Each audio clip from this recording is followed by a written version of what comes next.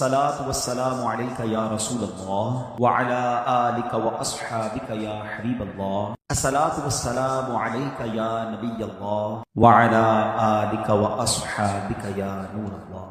درود پاک پڑھنے کے بے شمار فضائل و برکات ہیں. آپ اپنی لائف کو بہتر بنانے کے لیے کیا کیا چاہتے ہیں؟ مسلمان ہیں نا، تو مرتے وقت کیا چاہتے ہیں؟ قیامت میں کیا چاہتے ہیں؟ محشر والے دن آپ کی کیا تمنا ہے؟ پہلے ان تمناؤں کو لکھ لیں. اب میں کچھ باتیں بیان کر رہا ہوں، سنتے جائیے. اگر آپ بیماری سے شفا چاہتے ہیں تو درود پاک پڑھیے. آپ قرض سے نجات چاہتے ہیں تو درود پاک پڑھیے. آپ روزی میں برکت چاہتے ہیں تو درود پاک پڑھیے. آپ عزتوں میں اضافہ چاہتے ہیں تو درود پاک پڑھیے. آپ ذلت سے بچنا چاہتے ہیں تو درود پاک پڑھیے. آپ پریشانیوں سے، مصیبتوں سے بچنا چاہتے ہیں، درود پاک پڑھیے. بلاؤں وباؤں سے بچنا چاہتے ہیں، درود پاک پڑھیے.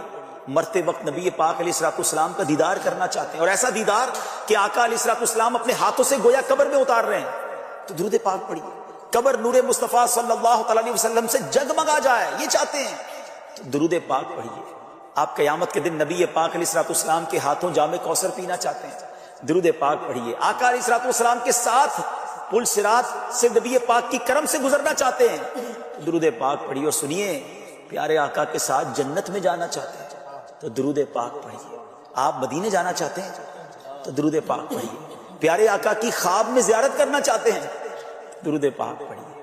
اب میں آپ سے پوچھنا چاہتا ہوں، کچھ بچ گیا ہے اور کچھ ہے جو آپ کو چاہیے، جو دنیا میں چاہیے، جو مرتے وقت چاہیے، جو محشر میں چاہیے، جو جنت میں داخلہ چاہیے؟ Every thing what ever I need. اور یہ حق ہے نبی پاک علیہ السلام کا ان کی امت پر کہ امتی ان کی ذات پر درود پاک پڑھے. آج پلیز یہ نیت کر لیں، چلتے پھرتے اٹھتے بیٹھتے درود پڑھتے رہیں.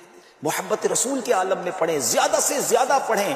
آپ یقین کریں، اگر آپ برڈن میں ہیں، آپ ٹینشن میں ہیں، آپ پرابلم میں ہیں، آپ درود پڑھیں. اپنی آنکھوں سے آپ دیکھیں گے آپ کا برڈن ریلیز ہو رہا ہے، آپ کی صحت ٹھیک ہو رہی ہے، آپ کی پرابلم سالو ہو رہی ہے. درود پاک آپ کی مشکلوں کو لے جائے گا، ختم ہو جائیں گے. اللہ کے حبیب علیہ السلام نے فرمایا کہ میرے پاس جبریل امین آئے اور انہوں نے حاضر ہو کر بتایا کہ یا رسول اللہ صلی اللہ تعالی علیہ وسلم، اللہ پاک فرماتا ہے کہ اے محبوب صلی اللہ تعالی علیہ وسلم، جو آپ پر درود پاک پڑھے گا میں اس پر رحمت نازل فرماؤں گا، جو آپ پر سلام بھیجے گا میں اس پر سلامتی اتاروں گا. اس نعمت کا شکر ادا کرنے کے لیے میں نے اتنا طویل سجدہ کیا. اب یہاں دو باتیں سیکھنے والی ہے. ایک تو یہ سمجھ آیا کہ درود پاک نعمت کتنی بڑی ہے. درود پاک پڑھنے والے کے بارے نیارے ہو جاتے ہیں. اللہ کی رحمتیں نازل ہو، رب کی طرف سے سلامتی نازل ہو، تو اور کیا چاہیے؟ اس پرفتن، اس خطرناک دور میں جب بلائیں ہیں، وبائیں ہیں، ٹینشنیں ہیں، پرابلمز ہیں، خوف ہے، اور ہر بندہ چاہتا ہے کہ وہ سیکیور رہے، صبح گھر سے جائے شام گھر خیر سے آئے، کاروبار پہ خیر رہے، گھر میں خیر رہے، فیملی میں برکت رہے. وہ کون سا طریقہ ہے جس سے مجھے یہ سیکیورٹی مل جائے؟ مجھے بتاؤ کہ جس کے سر پر رحمتوں کا سایہ رہے اسے پھر کیا پرابلم ہے؟ اور اللہ کی رحمت کس کے ساتھ ہے کہ جو ایک بار درود پاک پڑھے اس پر 10 رحمتیں نازل کی جاتی ہیں. اس سے پتہ یہ چلا کہ آج کل دور بڑا کلیمٹیز کا، پرابلمز کا، ڈیفیکلٹیز کا ہے. بیماریاں الگ چل رہی ہیں، وائرس الگ چل رہے ہیں، پرابلمز الگ چل رہے ہیں. اگر ہم چاہتے ہیں کہ ہماری سیکیورٹی رہے، اللہ کی رحمتیں ہمارے ساتھ رہیں، تو درود پاک ایک ایسا فارمولہ ہے کہ اگر ہم گھر سے نکلیں درود پڑھتے ہوئے، کام پہ جا رہے ہیں درود پڑھتے رہیں، واپسی میں آئیں تو درود پڑھتے رہیں، فضول باتوں سے اگر اپنے آپ کو بچائیں تو انشاءاللہ آپ اللہ کی رحمتوں کے سائے میں رہیں گے. اللہ کی رحمت نازل ہوتی رہے گی تو پرابلمز بھی دور ہو جائیں گی.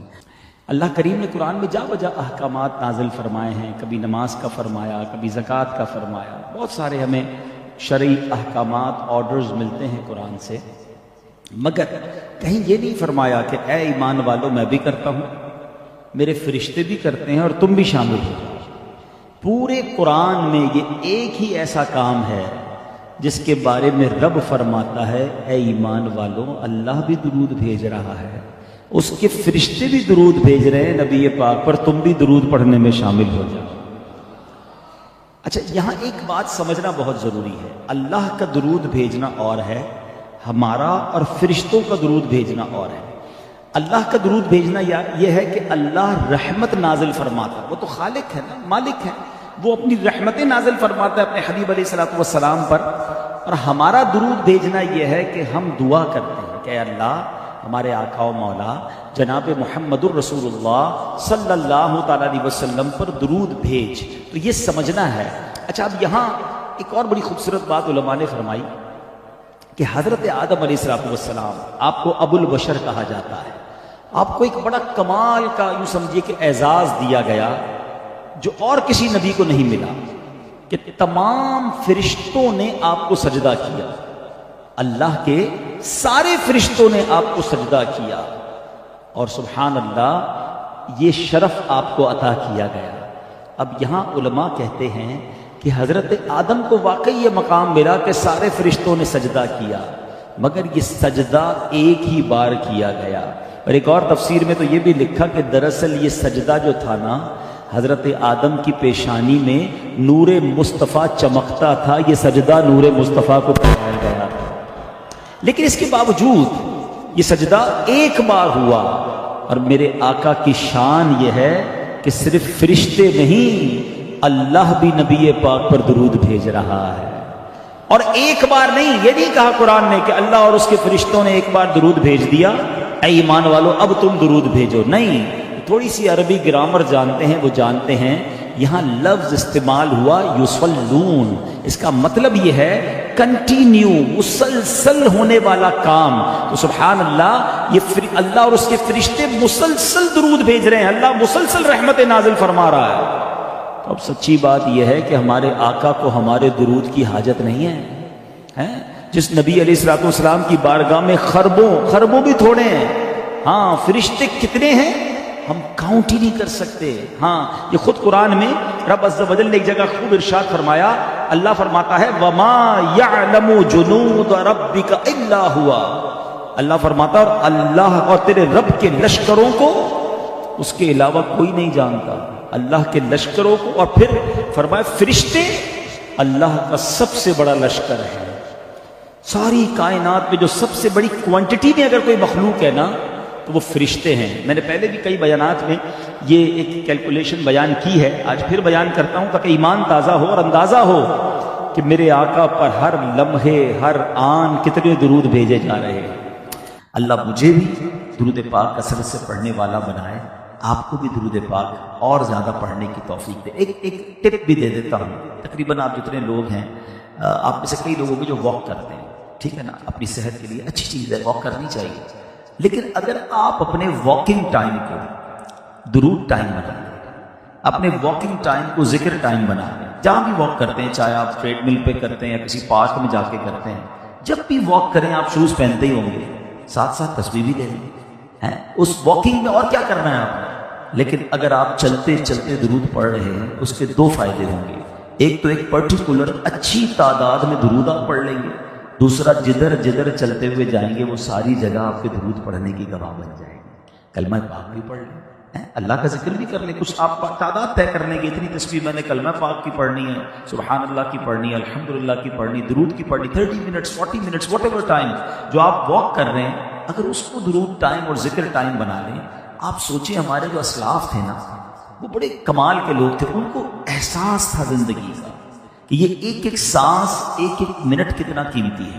ایک بزرگ کے بارے میں آتا ہے، وہ جدھر سے گزرتے تھے نا اللہ کا ذکر کرتے ہوئے گزرتے تھے۔ ایک بار کسی سڑک سے گزرے، دوبارہ گزرے وہاں سے، کسی نے کہا ابھی تو آپ گئے تھے، کہا میں سڑک سے گزرا تھا مگر اللہ کا ذکر کرنا بھول گیا تھا۔ میں چاہتا ہوں کہ زندگی میں جہاں جہاں سے گزروں وہاں رب کا ذکر کرتے ہوئے جاؤں، وہ ساری جگہ میرے اللہ کے ذکر کی گواہ بن جائے۔ اور یہ اتنا ایفرٹ لیس نیکی ہے، ذرا مل کر کہیے سبحان اللہ، اب کہیے الحمدللہ، اب کہیے اللہ اکبر۔ کتنی دیر لگی؟ آئی تھنک 30 سیکنڈز بھی نہیں لگے، مگر آپ کو پتا ہے آپ نے 30 سیکنڈ میں کیا کما لیا؟ آپ جتنی بھی بڑی پوسٹ پہ ہوں، آپ کبھی اپنی پوری ارننگ جو بھی آپ مہینے میں کماتے ہیں، چاہے وہ ملینز میں ہو، اس کو کبھی کیلکولیٹ کیجئے گا کہ 30 سیکنڈ میں کتنے بنتے ہیں، تو وہ چند روپے ہی بنیں گے، چند 100 روپے ہی بنیں گے، کیونکہ پورے مہینے کی ہے نا۔ 30 سیکنڈز میں بلینر بھی چند 100 روپے ہی کماتا ہے، چند ہزار کما لے گا، مگر آپ کو اندازہ ہے آپ نے 30 سیکنڈ میں ابھی کیا کمایا ہے؟ میرے نبی کے سچے وعدے ہیں، جو ایک بار سبحان اللہ کہتا ہے اللہ اس کے لیے جنت میں درخت لگا دیتا ہے۔